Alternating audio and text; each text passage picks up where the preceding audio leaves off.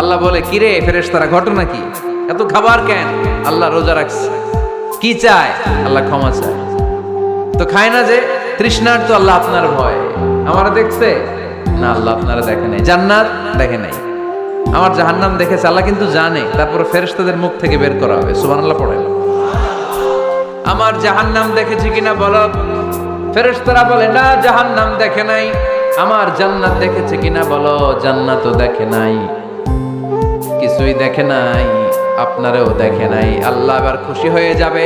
আমার খুশির জন্য আমার ভয়ে তৃষ্ণার্ত ক্ষুধার্ত সামনে খাবার হাত বাড়ালেই খেতে পারে, গ্লাসটা তুললেই পান করতে পারে, আমার ভয়ে খায় না। আমার ক্ষমা চায়, আমার কাছে ক্ষমা প্রার্থনা করে। এখন আমার বান্দা যা দোয়া করবে, বান্দার সব দোয়া আমি কবুল করে নেব। আল্লাহর ভালোবাসা সফট কর্নার খুব গ্রো করে। ঝুঁক বুঝে খুব মারতে হবে, ঠিক কিনা? সময় মতো কাজ করতে হবে। সময়ের 1 ফোঁটা, অসময়ের 10 ফোঁটা। সময় মতো 1 ফোঁটা দিলে যেই লাভ, অসময়ে 10 ফোঁটা দিলে ওই লাভ হবে না। সময় মতো কাজ করতে হবে। ইফতারের আগ মুহূর্তে দোয়া করবেন। বাইনাল আযানি ওয়াল ইকামা, আল্লাহর হাবিব সাল্লাল্লাহু আলাইহি ওয়াসাল্লাম বললেন, আদ-দুআউ লা ইউরাদ্দু বাইনাল আযানি ওয়াল ইকামা। আযান এবং ইকামতের মাঝখানে দোয়া করলে ওই দোয়া আল্লাহ কখনো ফিরিয়ে দেয় না।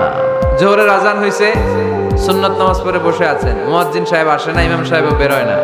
এই সময়টা অনেকে কিছুই করে না, ঘড়ির দিকে তাকায় থাকে, মোবাইল টিপে, পাশের লোকের সাথে কথা বলে। কিন্তু এটা যে it's a very high time to make দোয়া, এটা যে দোয়া করার সবচেয়ে দামি সময়, এটা অনেকে টেরই পায় না। ইউসুফের খিলের ভাইয়েরা, আপনাদের মনে থাকবে তো, আযান ইকামতের মাঝখানে সময় পেলে কি করবেন?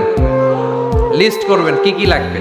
আল্লাহ আমার টাকা লাগবে, আল্লাহ আমার পয়সা লাগবে, আল্লাহ আমার স্বাস্থ্য খারাপ সুস্থতা লাগবে, আল্লাহ আমার ছেলে নাই ছেলে লাগবে, আল্লাহ আমার মেয়ে নাই মেয়ে লাগবে, আল্লাহ আগামী ইলেকশনে আমি দাঁড়াইতে চাই, আমার তুমি চেয়ারম্যান বানাই দিও।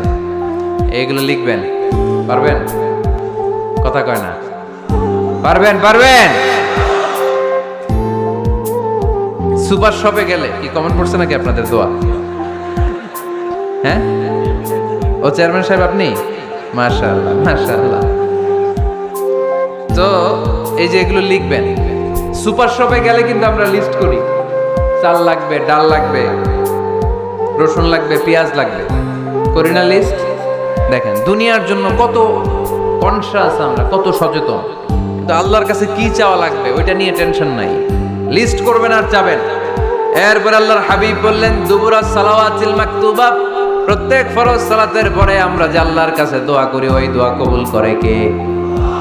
তাসবিহ পড়বেন আগে, এরপরে দোয়া। ওইটা আমাদের দেশে যেটা, ওইটা না। আসসালামু আলাইকুম রাহমাতুল্লাহ, আসসালামু আলাইকুম রাহমাতুল্লাহ, আল্লাহুম্মা আমিন ইয়া আরহামার রাহিমিন।